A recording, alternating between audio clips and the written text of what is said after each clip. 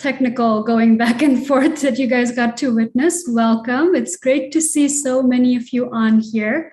Hopefully everyone can hear me okay. If not, there's a chat box to the right of your YouTube screen, which I think most people have already found, that's being monitored. So you can feel free to leave your messages in there and we'll get to it. But let me just kick this off by introducing myself and the team that's here with me today. So we are FourthBrain. I am Salwa Noor Mohammed, the founder and CEO of FourthBrain. We're an AI and machine learning education company, as you know.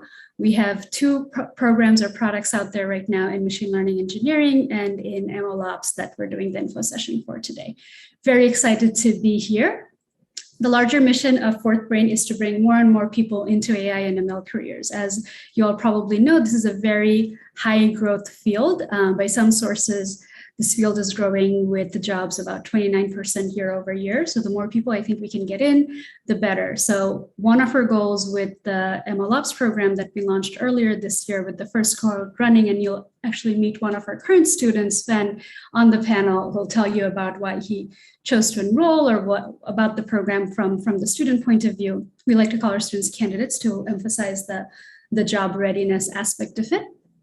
But is to actually bring more people into this. So the requirements, you'll see the prerequisites, and the goal is really that if you've been curious about machine learning, you have a year or so of coding experience, but haven't quite figured out how to get into this, you may have taken some courses here and there, but want a more structured program, we invite you to check out FourthBrain. So without further ado, let me just get right into it and introduce the panel. So you have myself, you have Sohini Roy Chaudhry, who's our curriculum director, Mariam Salam, who's the career services manager. They will both give you an overview of what the program content looks like, what you'll learn, as well as what your job search might look like. We get students or candidates who come from all walks of life, some looking to upskill, maybe looking for either a promotion or just to do their current job well, others who are looking to get into the field, new programs. So we work pretty closely with each one of you, and you'll get a flavor of what the program deliverables are like, as well as what the individual parts are like. And then Ibrahim Alareki, who's the machine learning engineer at Volvo Cars. We partner with a lot of employers. Thank you, Ibrahim, for joining us today, who are very intensely involved both in reviewing the curriculum as well as just giving us kind of the lay of the land, the landscape of what MLOps and machine learning are up to, and then also just being a part of the career services. So you'll hear from him about the field.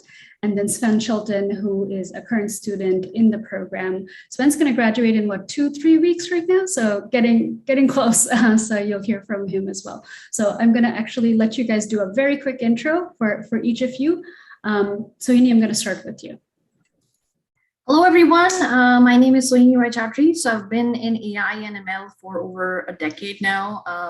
Been an educator right from the beginning. After my PhD, I was a faculty at University of Washington campus, medical image processing systems, and then I was a senior manager at Volvo Cars for autonomous drive team, and then heading the university relations team. And then for the last year, we've been a part of this fascinating venture called FourthBrain, where we take education very seriously. And the only way we understand is, education around ML and AI can be done is through project-based learning. So you learn about software systems and you learn about how to implement them. So we learn by doing in these cohort systems. And I'm more than happy to answer any questions about the curriculum and how things are staged for this program. So super excited for you to be here, and I hope you all stick out till the end.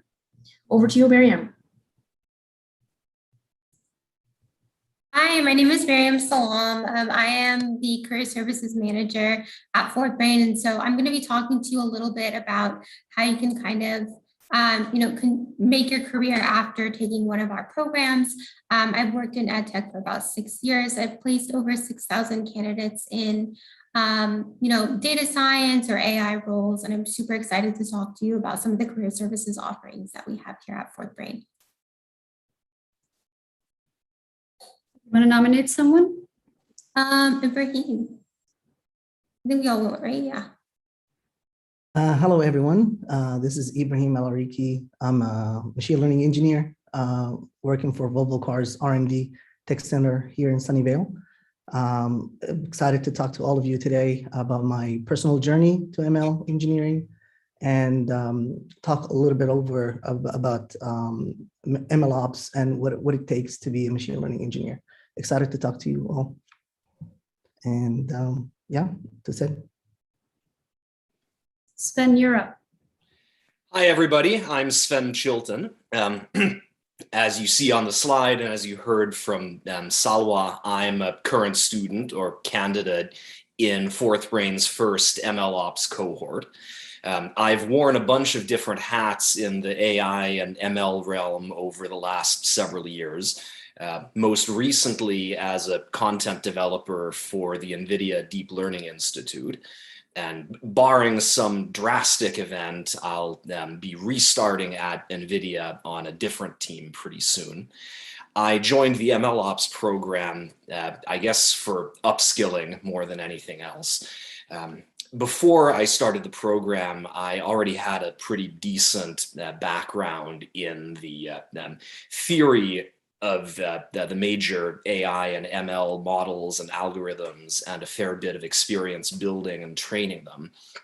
What I didn't have much experience with was deploying them, monitoring them as they ran inference and dealing with changes like data drift or concept drift.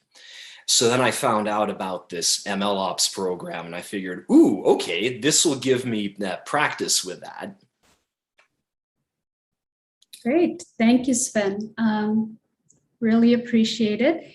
And okay, I see people from all over joining, which is very exciting all over the world.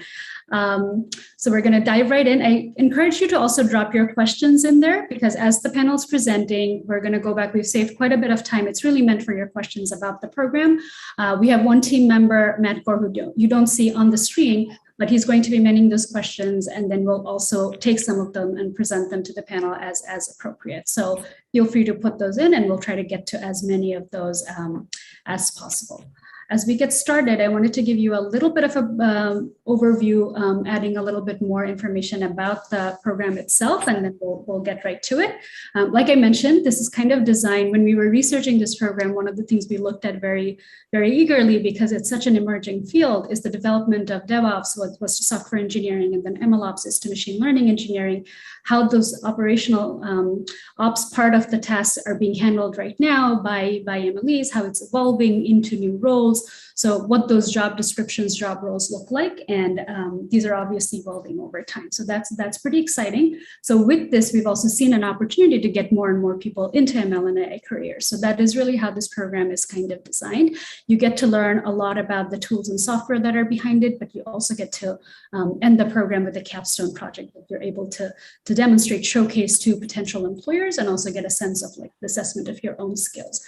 There is no prior experience in ML or AI required. Like I mentioned, the prerequisite is primarily 1 year of coding experience, and we'll get through the process and what the selection process looks like at the end, but that's kind of the background around what the program is entailed.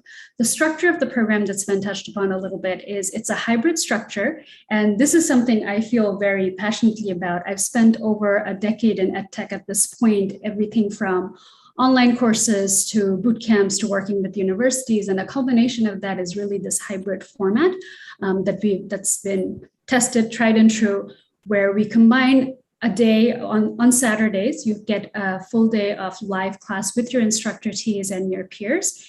And then during the week, we have curated and some created online content that we expect you to go through on your own. And this is really to get to the best of both worlds. You get the accountability of online and the interaction community of the live sessions, and then you still get the asynchronous part of it, where if we don't want to force you to have to log in at a certain time, if you are able to do this on your own at your own pace. So we separate out what's really required for live and what's really on your own time. So you get the flexibility of online and the accountability of in-person. And then that's the tuition amount right now. If you have any questions about that, and then of course, feel free to email us at info@fourthbrain.ai, but that's the overall structure of this program. And then with that, I am going to move into a few more details. So Saturday, like I mentioned, it's 6 hours. It's conducted on Zoom. So you do get to meet people from all over the country. And then you have the expectation for the rest of the week is about 10 to 15 hours. It's a range because it really depends on people's backgrounds and how they kind of conduct this. We scaffold that learning with office hours throughout the week, occasionally, and you get to meet with other students. People do set up study groups to kind of do this. And then you get to your individual projects. It is an intense program. It's 12 weeks long. There's a lot to cover. So that requirement I wouldn't take lightly. I see Sven nodding in agreement.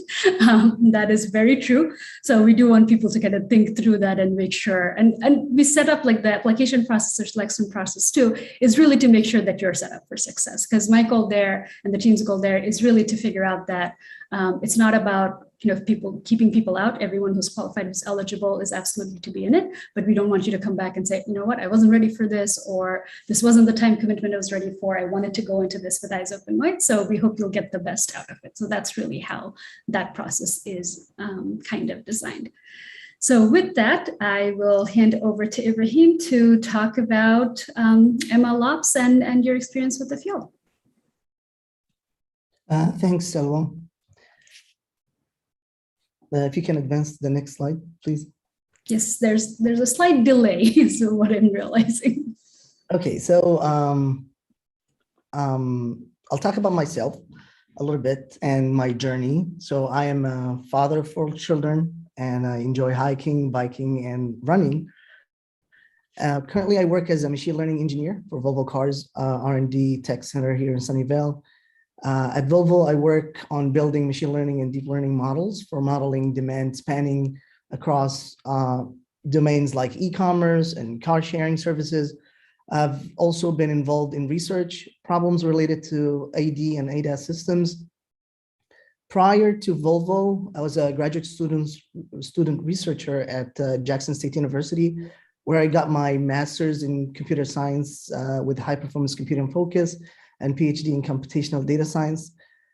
During my school years, I was actually lucky to have hands-on to design, deploy, and support custom cluster deployment for scientific researchers, where I was also working on data-driven security, and that was my dissertation for my PhD, where I used a probabilistic approach to anomaly detection.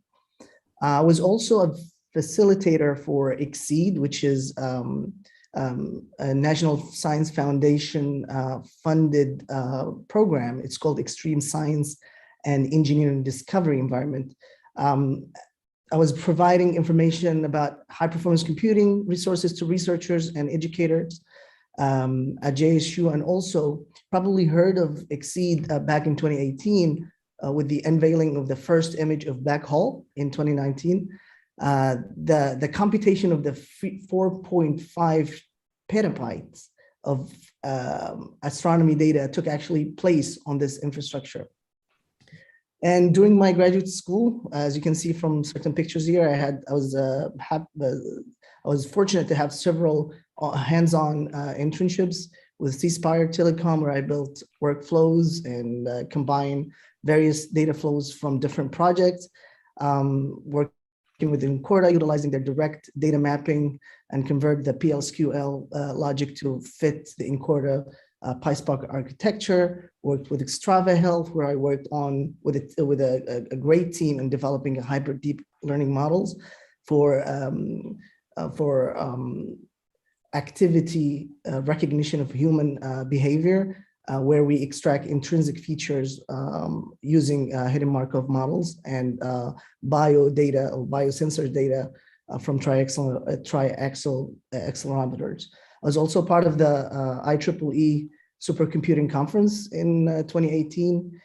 We built what we call the SINET. It was the world's fastest and most powerful network that takes a year to plan, a month to build, and a week to operate. I also participate in Google Cloud professional ML engineer standard setting workshops to assist in the development of the professional machine learning engineering certification that is provided by Google Cloud. I'm also part of the committee that writes the questions for ML certification exam as well.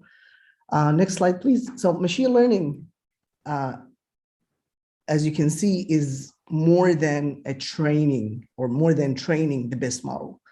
We knew when we started working with Volvo, we knew early on that the benefits of ML to Volvo are endless. But there are more than just building the ML. Our management here at Volvo started to invest in our data science teams and ML capabilities to develop predictive models that delivers business value to our customers. The real challenge, as I said earlier, is not building the ML models. The challenge is building an integrated ML system and to continuously operating in that needs to be operating in the production. While training the best models might be the heart of any problem, I think it's the easiest part during this process. In order to effectively build an iterative and efficient process, other components, as you can see from the pictures, needs to be taken into consideration and needs to be implemented throughout the pipeline. Versioning, collaboration, testing, deployment, operations, monitoring, and more must be factored actually in order to achieve a holistic goal of the ML operation practice. So the ML development, we all know, is by nature experimental, and it requires tracking of hundreds of models. The skills of teams are different, and the gap between the data scientists, the IT professionals is unfortunately becoming bigger and bigger. So testing the pipeline requires new ways, new validation, new methods, and the development process might have retraining component on the way to production. So unlike the academic settings and the background I have, what I believe is to be a successful machine learning engineer in the industrial setting nowadays, one has to understand three main components. The first one is collaboration. Second one is explainability. Third one is monitoring. So if you would walk away from my talk today with these three words, that would be enough. For collaboration, one need to understand versioning and tracking systems and how to establish workflow with software engineers, and which includes governance, compliance of functionalities at the lower level of the interface. The second thing is explainability, where models will need to be explained. Business owners and even regulators nowadays are becoming more involved in the ML space and demanding transparency in the prediction process. Businesses are less interested in ML as black box and more in how the model is deciding or predicting. And the last thing I'll leave you with is monitoring is the job. And you need to understand that the job is not done by deploying that model in production. Once in production, the model is injected with the real world data, and the monitoring for accuracy, type of data, latency, and throughput, and more is crucial to ensuring that the business is making positive impact in the prediction space and not the opposite. Yeah, thank you. Great. Thank you very much, Ibrahim. And thank you for addressing the part around the skills wraparound, in addition to actually just the technical part. I wanted to quickly comment on that and then hand it over to Sven. And I see the questions that are coming in and keeping track of those. Is there three areas that we focus on with FourthBrain programs on top of the technical skills that are required? And in our experience in talking to employers like Ibrahim is, one is around collaboration, one is around communication skills, and one is around ethics and explainability. And a big part of this, as you know, especially in the past year with positions going remote, we've heard more and more employers talk about not only working remotely, but managing remotely. So understanding that communication, it's not an isolated or siloed kind of role anymore.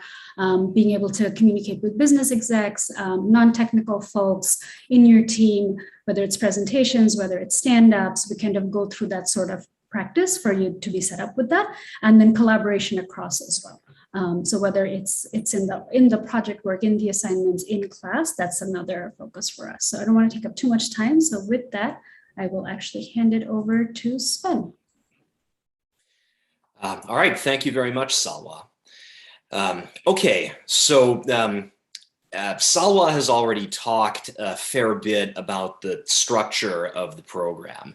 I'd just like to add a couple little details on that from the student perspective. So every week, as Salwa mentioned, there is a set of curated and created lectures, sometimes some tutorials to give you hands-on practice with that week's topics.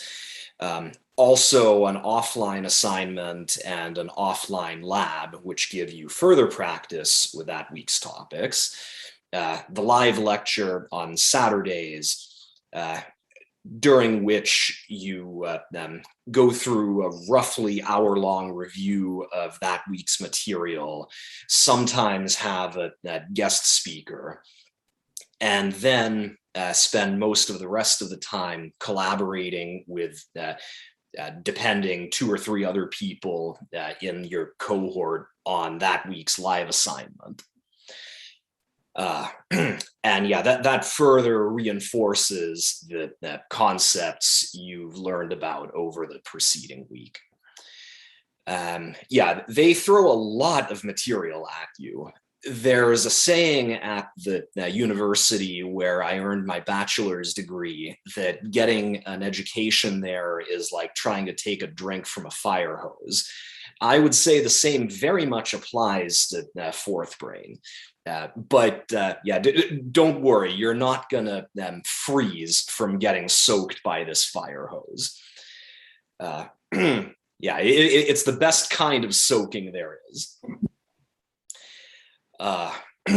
So let's see, moving on. Right, so I talked about some of the reasons I chose to participate in this program. One which I didn't mention before is the benefits of an instructor-led rather than a MOOC program. Yeah, don't get me wrong. I love MOOCs very much. I've participated in a whole bunch of them. I've completed several specializations on Coursera, most particularly from FourthBrain's sister company, deeplearning.ai's courses. But with an instructor-led course, you get more individualized, more personalized attention, and usually more guaranteed responsiveness. Yeah, with a MOOC, if you run into issues, sure, you can post something in the discussion forums or Slack channels or what have you, and most likely somebody will respond, but it's anyone's guess when that will happen. Yeah, with a smaller program like this, with a much lower much lower student to instructor ratio, you'll most likely get a response much more quickly. And another big benefit of the instructor-led program is guidance in your final capstone project to show off all the skills you've learned over the 12 weeks of the program. Yeah, now that actually might be the biggest reason I signed up for this program. Because even though, as I mentioned before, I have a fair bit of experience building models, I haven't done so well historically at motivating myself to complete personal projects. Yeah, work projects, sure. But yeah, personal projects, I've had all these ideas, but I've never really gotten around to implementing them. Yeah, this program helps me get over that barrier. And hopefully it can help you with that too. Great, thank you, Sven. I see quite a few questions coming in around the curriculum, and I'm going to answer one very quickly before I hand it off to Suhini. Someone asked how many courses are in the program. And I think I know where this is coming from. There are certain programs out there that are structured as a series of courses that build into one program. Because this is a live program, we have a part 1 and a part 2 that I know Suhini is going to get into, but it's not a clear cut, here's a course, you take that one and then you take the next one on your own time. They're all structured as a cohesive program. There are live assignments, and there's like by week in the detailed syllabus, you'll see more information about that, but they're not individual courses strung together, but there's a part 1 and a part 2. So with that, I will hand it off to Suhini, who will probably answer a lot of the questions that are coming in, but I will also prompt you at the end because there's quite a few. Right. I am happy that people are inquisitive about it. I did see a few questions in the chat, and I wanted to maybe address them before I get into. It's true. We do have 2 different products. One is machine learning engineer, and this is MLOps. And we say the barrier to entry into machine learning engineering jobs is much low if it is the MLOps course, because typically, and this is based off of my industrial background, and I'm sure Ibrahim can speak to it later as well, is typically if you go into an industrial experience, what they will ask you is there something off the shelf that you can quickly use to work on our particular data set? So if it's a company that is already, it's a consulting company, or maybe if it's even a product-based company, you're getting your own data, you want to take something quickly off the shelf and then transfer that into a viable product for the company. In those cases, whenever you're doing quick rapid prototyping, so those kind of skills where scripting is of value, MLOps is an excellent route or avenue for you to have. But think of it as if you're trying to create something from scratch, then that is more MLE. So, and we will get into the differences later on. So getting into the program design, as Salwa mentioned, and this is a hybrid sort of a course where some of it you are able to take on your own during the week. So there's 10 to 15 hours of online lectures. There are videos, there are blogs, there are write-ups. Some of the blogs, they're even given in such a good way that we often say try it out. So you can literally be trying everything out and learning in the process. And like even Sven mentioned, there are virtual live classes that happen 9 a.m. to 3 p.m. So that's Pacific time. So it's a 6-hour blog where we do everything together, but these are not specifically lecture driven 6-hour sessions. These are very hands-on sessions. So you're actually working that whole 6 hours. Again, as mentioned before, this is project-based learning. We do follow the data-centric approaches, and the key difference between data-centric and model-centric that we teach in this class is you don't throw all the data at the model at one time. You take data in batches, you ingest them in batches, and your model can change. Some days, it may be a very different deep learning model that you're using for some other use cases, but it could be very different. But we follow the data-centric approach for most of our projects. Scalability is one issue that we solve for the most. So it's very easy to take a ML model and quickly deploy it on an EC2 instance in AWS or in Azure or in GCP. But we get into the fact that how would you ensure that the model stays, so the downtime for the customer is as minimal as possible. So that's where we get into Kubernetes. If you go onto our website, we will tell you that this is where we take machine learning and Kubernetes and merge them together. So that's how we are solving the scalability issue. And again, as transfer learning, I mentioned, so quickly making a solution or rapid prototyping is what we enable you to do. So the program outcome, as we say, is at the end, the students will be able to understand the best practices for deploying, evaluating, monitoring, and operating product ML systems. So one of the key things that when we were developing the curriculum, we saw was MLE, while you're building machine learning engineering or ML algorithms, the mindset is very different. There it is more you're inherent to the problem space. You want to come up with an original solution, right? But when you're coming with the solution, so it's a very top-down approach where you understand what does the customer want. And in that case, approaching the problem becomes different. So in this MLOps course, we go into the FAIR principles. How do you understand bias in data? What are the different kind of biases? There can be bias due to model selection. There can be bias due to modeling error. There can be bias due to sampling. Are you ensuring you're taking into consideration all of this so that the final product is more customer driven as much as possible? So in this course, we say, let's say that somebody else has built an ML model, or you're just reusing something from scratch. Can you do a project setup first? Do you know exactly what are the tools required to set it up? Then is there a data pipeline? How would you automate, data cleaning and all of that processes? So setting up the data pipeline is important as well. And then we get into the deployment part. And so the deployment part where we show you different ways. There is Dockerizations, then we get into the Kubernetes deployment. And finally, we say if you're scaling it to new customers, how would you ensure that there is minimal downtime? And you will see a Kubernetes cluster, if you have spawned it with Terraform, even if you try to delete it, the orchestration will ensure that a new one gets spawned up. And then doing a CI/CD pipeline. So once you have all of this pipe, you have data, you have your ML model, you have deployed it, it's on a Kubernetes cluster. Now, can you automate the process of the CI/CD? So in CI/CD, we say continuous integration, continuous delivery, or deployment, in which you use Spinnaker or Jenkins or softwares like that in order to ensure if you have to update your model, how would you go about doing that in a very easy, effective sort of way? So you just tag your code and this update happens automatically. I have listed some of the tools that we are teaching in the course here. But yeah, if you have questions about that, I can actually address them in the Q&A session.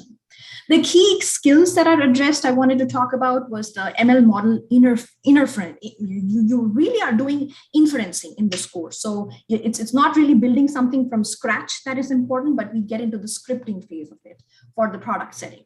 Hands-on experience with multi-node processing. We have 2 weeks on big data processing. So if you have gigabytes and gigabytes of data thrown at you, is it AWS or GCP? You will know how to process them.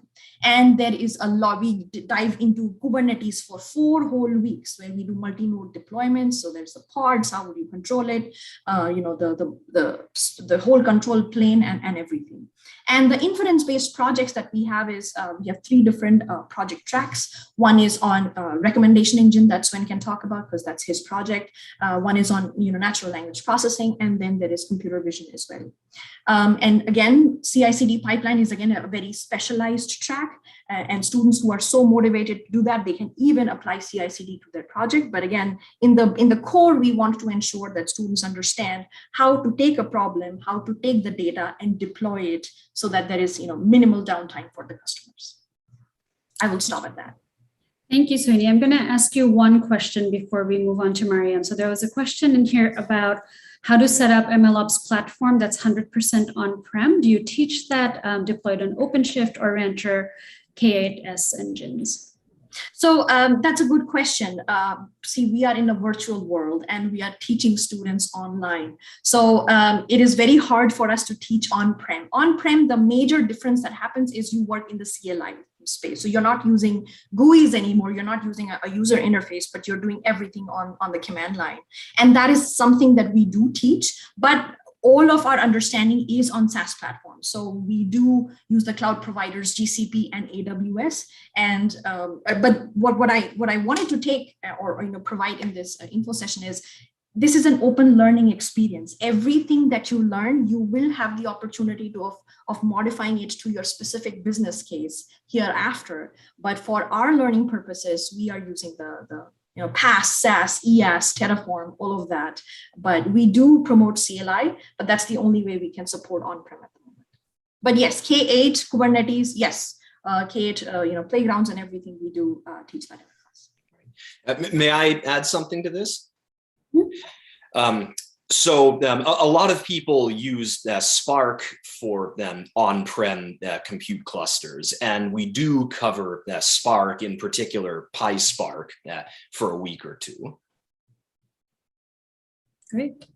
Thank you, Sven, for that. One other quick one is, I'm reading word for word. I'm interested in understanding more about the skills required to be a successful MLE, not so much about the tooling since it consistently changes, so the higher level skills. So maybe Sohini or Ibrahim, if you wanted to address a little bit that's beyond the tools and maybe specific to this program, or also just an MLE engineer, higher level skills required. Yeah, so I'll give you an instance based off of how I see it. So deployment is the way a customer accesses machine learning models, and that's what is the core at this course.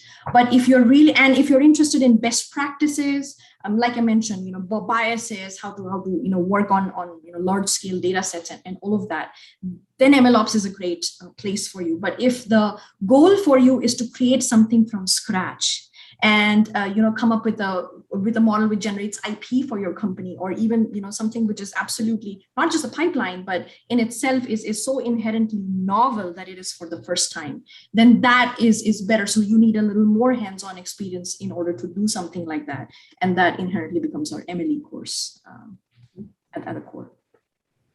Does that help someone? I think so. If not, please respond in the chat and tell us we didn't answer your question, and we will expand more. Mariam, the floor is yours. Yes, I'm super excited to talk to you all about career services. Tola, can you go to the next slide? Mm-hmm. So this slide will really talk about all of the offerings that you'll get when you are at FourthBrain going through the MLOps program. So as Sven mentioned, we do have guest speakers who come in, usually around 4 to 5 guest speakers. We are also so these guest speakers have a background in either MLE or MLOps. So what's really cool about guest speaking is that you'll get information from a variety of people working on different teams. And I think that gives a lot of insight on what you can do with the particular MLOps skill set. We also have informational interviews. So if you wanted to talk to one of the employers in our pipeline, we would be able to match you with an advisor, and you could have a one-on-one session where you could ask them any question that you'd like, whether that's about your career trajectory, or that's about questions that you have about how to use MLOps when it comes to kind of finding the right job, where to look, etc. And so a lot of our candidates really like talking to people in a one-on-one setting because they get a lot more information from those kind of conversations. And it's also a great way to add to your network. We've had people in previous cohorts keep up with their advisors, and then those people have advocated for them in the job process. So advising is a really cool way to just expand your network, get to know people in the space, and figure out how you can use MLOps and what jobs require MLOps, or what's a good fit for you.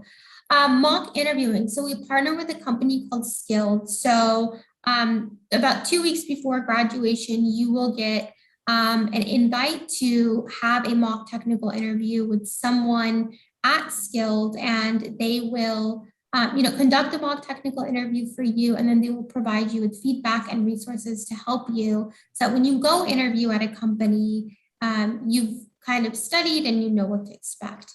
And then we have project presentation day. And so within the MLOps program, you will be focusing on one capstone project, and you'll be able to present that to employers.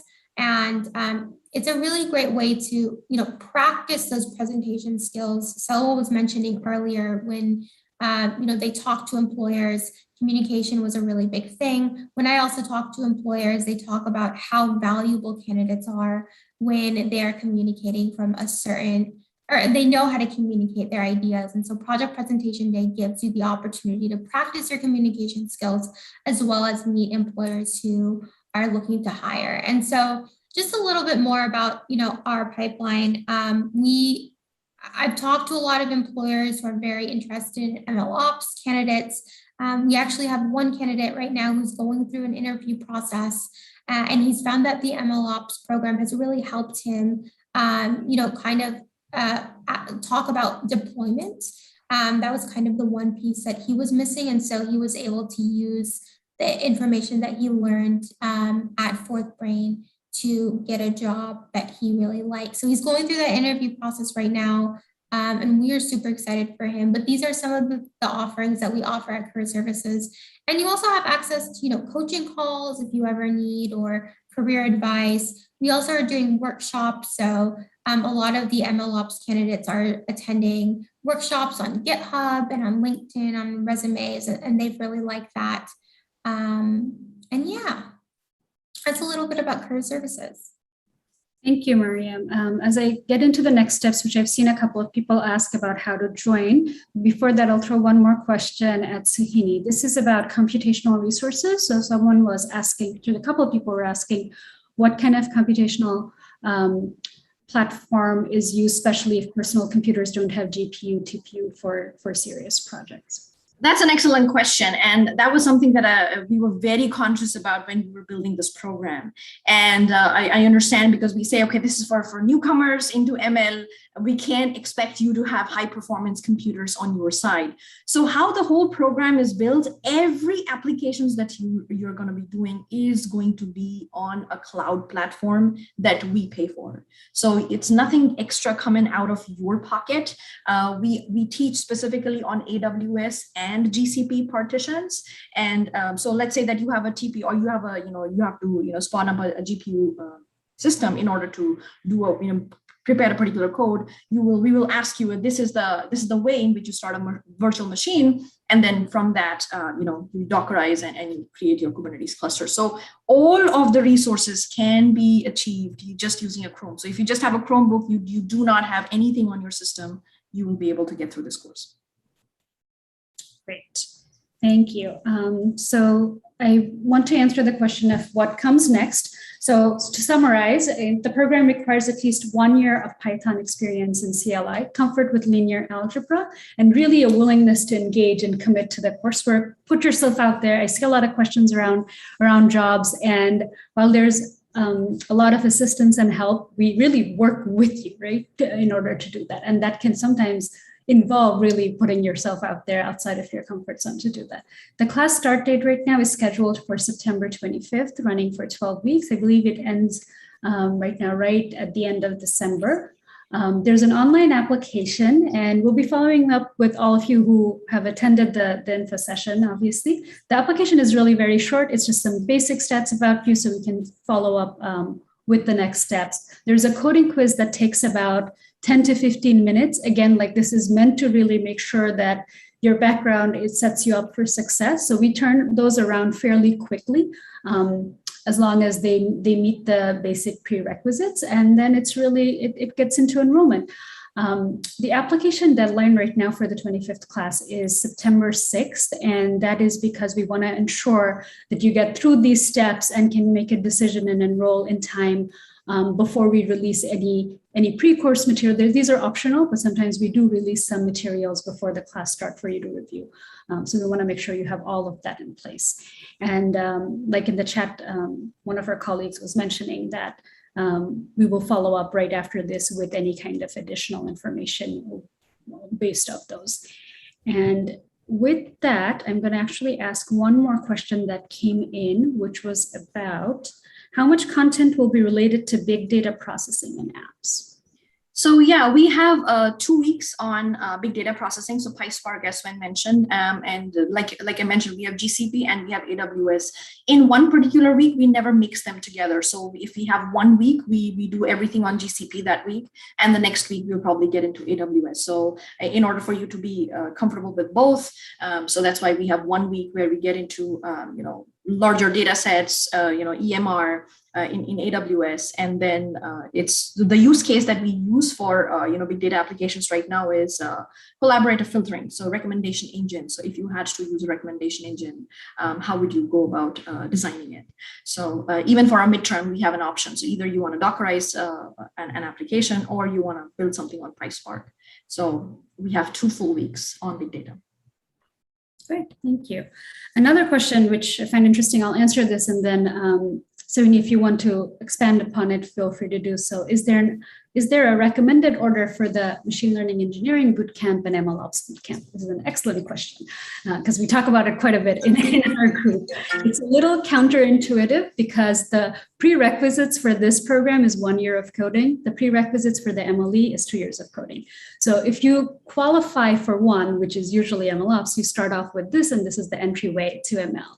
However, given how the evolution of MLE, the roles, the tasks, and MLOps is happening, if you qualify for both, we actually say do the MLE program first and then come into MLOps. And the reasoning behind this is an analogy I use for my visualization purposes, is you can almost think of it as, because MLE is so much more focused on like modeling and all of that, is it's building a robot and then you have the controller. So you learn how to build the robot, you still need to use the controller to figure that out, but you can get in by just learning how to use the controller, and that's the MLOps equivalent. So I know it's a little counterintuitive to say that if you qualify for both, you may want to start with MLE and then do MLOps. But MLOps, if you qualify for one, which is you have 1 year of coding and no MLAI background, then this is an excellent way to get in. Anything to add there, Suni? Absolutely, and that's exactly how I would put it. The analogy I give is, again, it's food preparation. So think of MLOps is, if you want to serve the best food that's out there, there are two ways. Either you prep it from beginning, from scratch, which is the MLE way to do that, or if you could even use a frozen lasagna and heat it up and still display it to your customers in a very good way. So MLOps, think about it, it's showing you how to best serve something that could be very easy off the shelf and quickly serve it to your customers, ensure that they're always well fed and they're happy, they're enjoying their food.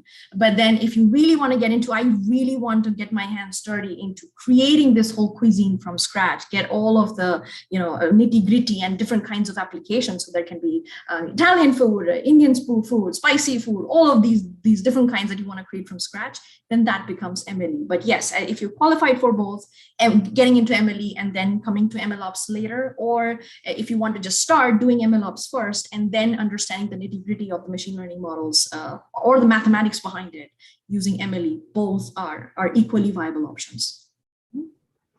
Okay, this question, I think I will throw this to Ibrahim, the question is about higher level skills required to be a successful machine learning engineer, or also in the field of MLOps, however you want to address it.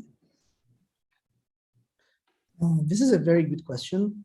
To be a successful machine learning engineer, one has to really master the fundamentals of statistics and how to operate with the data, how to transform the data to get it in the right shape that one need to start modeling on it.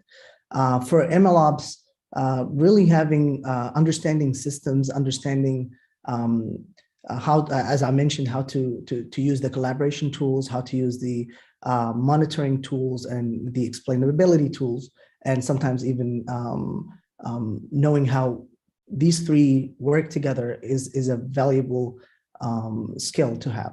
So yeah, this is pretty much from a very high level point of view. And then one can, of course, go in depth in each one of them as the person is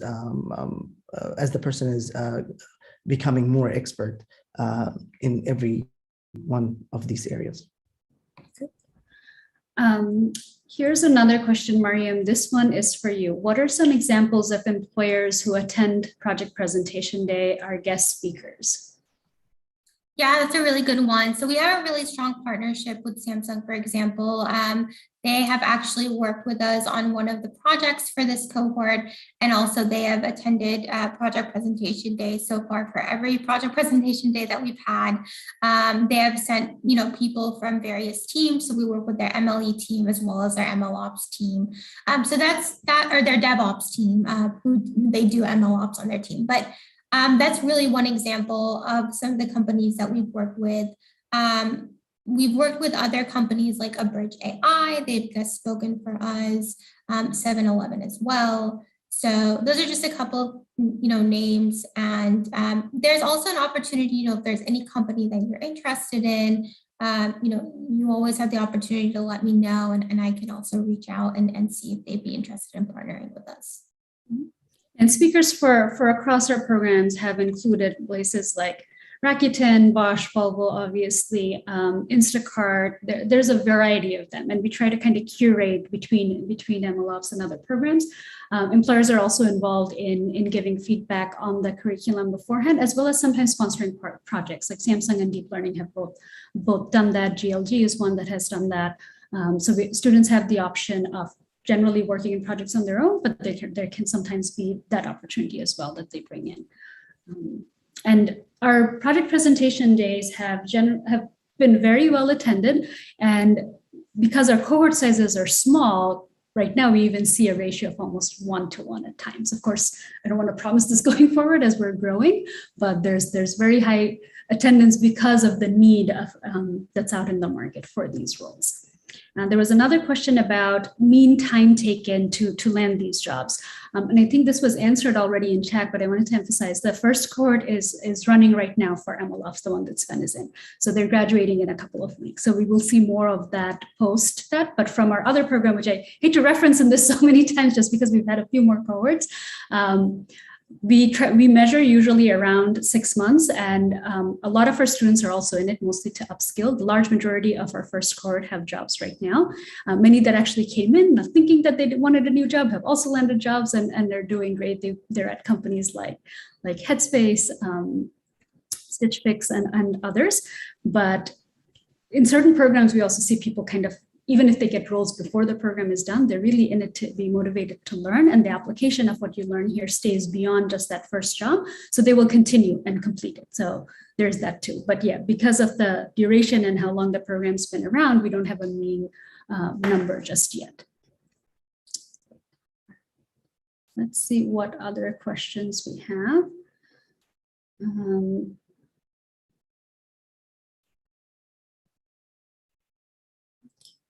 I'm just going through this very quickly. This is an interesting one. Have there been any students who didn't have any background in data science, AI, or ML, but only had professional software engineering experience? Should I answer this one? Yeah. Yeah. Is this from a job perspective, this question? Like that they got No, a job I think offer? this is mostly talking about probably looking at the panel and saying most people here have AI ML experience. Can someone with purely software engineering join? And I could answer this too, but Suni, go ahead. I would rather you do it.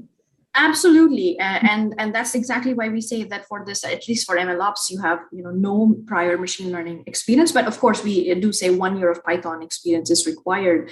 We have had some amazing groups of students, even in our MLE class. We've had people who have Spanish, who are Spanish teachers or high school mathematics teachers, and they came here and they formulated a project which was short, even waitlisted for something as prestigious as the YC. So come in here if you have an idea, if you want to see it, vet through. Even in our current MLOps class right now, we have an early budding entrepreneur who had a very, very visual idea in his mind. So he worked with me, and now we are working through to ensure that he has a final deployed solution that he can then demonstrate by the end of the whole program. So we try to individualize this as much as possible through your projects and backgrounds. But of course, and we have support throughout this whole program that if you need more further assistance in a particular domain, we work with you to, or give you more resources. We've had in the first MLE cohort, there was some students, they really wanted more research papers. So by the week we were sending them more research. I was literally curating this list of papers that they could go read, because you will have access to the content even after graduation. It's not that you graduate and you lose access to everything. So you will have the ability to revisit this, in the future as well, if you're going on interviewing or coming up with a new product idea later on. So I hope that answers your question. I see two other questions. One is about the class size, which I can answer for MLOps. It is small. We're keeping it small right now. Around 25 to 35 is sort of the target size. And then satisfaction of students who took the course, not just this one, but also the other course. I think we can probably drop in the course review for some of our past students or graduates that might give more of an overview of what it's been like. Is the program accredited? It's not. We're not an educational institution for the purposes of accreditation, so you're not going to get college credit or course credit for that. And let's see. This might have been answered already, but let me find this. This was about tools. Are there any tools used to perform MLOps? Yeah, so this is again something that we teach in the class is MLOps is not just a set of tools, tools or software. It's actually a mindset.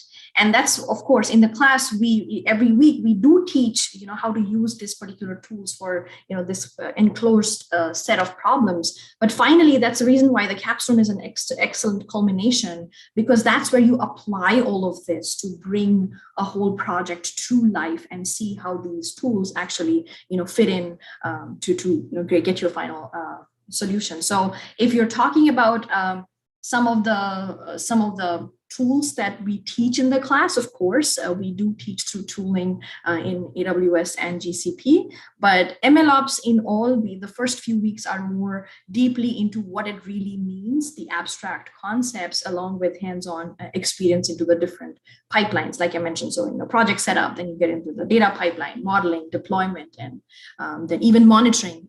Grafana, I think that I saw a question on Grafana, Prometheus. We do that. So, making sure all of the telemetry is you have a dashboard for that. So EFK, Kibana, we teach all of that in the program. Here are two fun questions. From a job search perspective, after finishing the program, how important is for students to have a formal PhD degree in ML or related fields? How realistic is it to get an MLE job without a PhD? I can take that if you want me, Salwa, or if you want maybe Ibrahim to take it. Okay, I'll start, and then Mariam or Sohini, feel free to add. The majority of our students don't necessarily have PhD degrees. We see a lot of self-starters. We have folks who with no degrees, right? So this is not designed with any kind of, that's why our prerequisites are not degree-based, as you know, in tech, like that's kind of a big push. It's very much skills-based. So the assessment is always about that.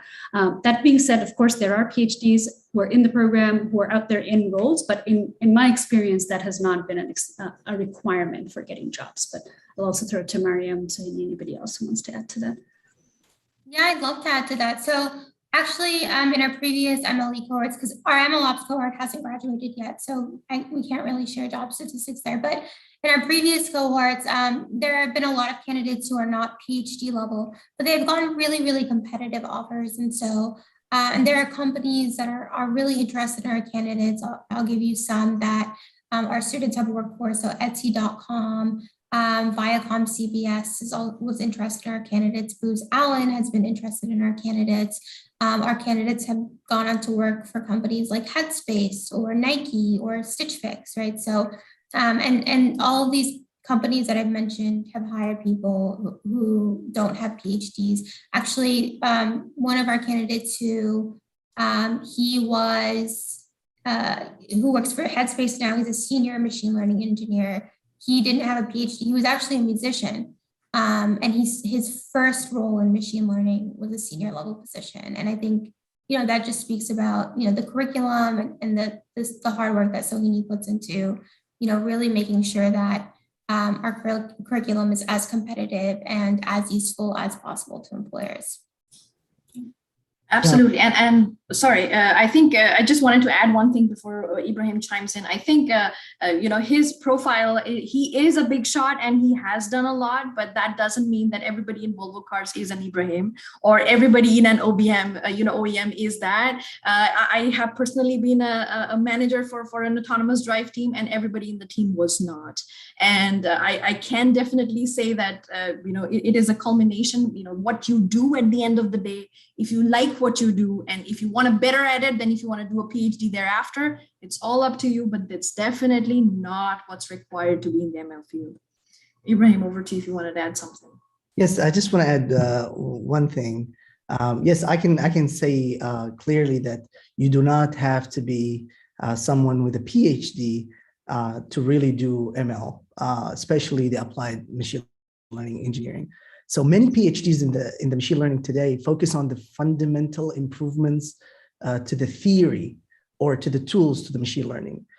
Your experience in industry will most likely be very applied, and you will not generally contribute to the core algorithms. But again, if you take the tools that PhD do, which is being inquisitive, try your best to read papers, cope up with the papers, you definitely can tap into that space as well. Great, thank you. I know we're getting close to time, so I'm going to take one more question. This one's for you, Sven. And then for everybody who's still watching, you can put your questions in chat and we'll try to get to as many of them as possible. But also feel free to email us at info@fourthbrain.ai. So Sven, this question is someone who's proficient in C++, but has taken a couple of courses on Coursera and Python and ML. Would that be enough? To enter the FourthBrain program? Yeah, probably. I mean, C++ will certainly give you a handle on object-oriented programming.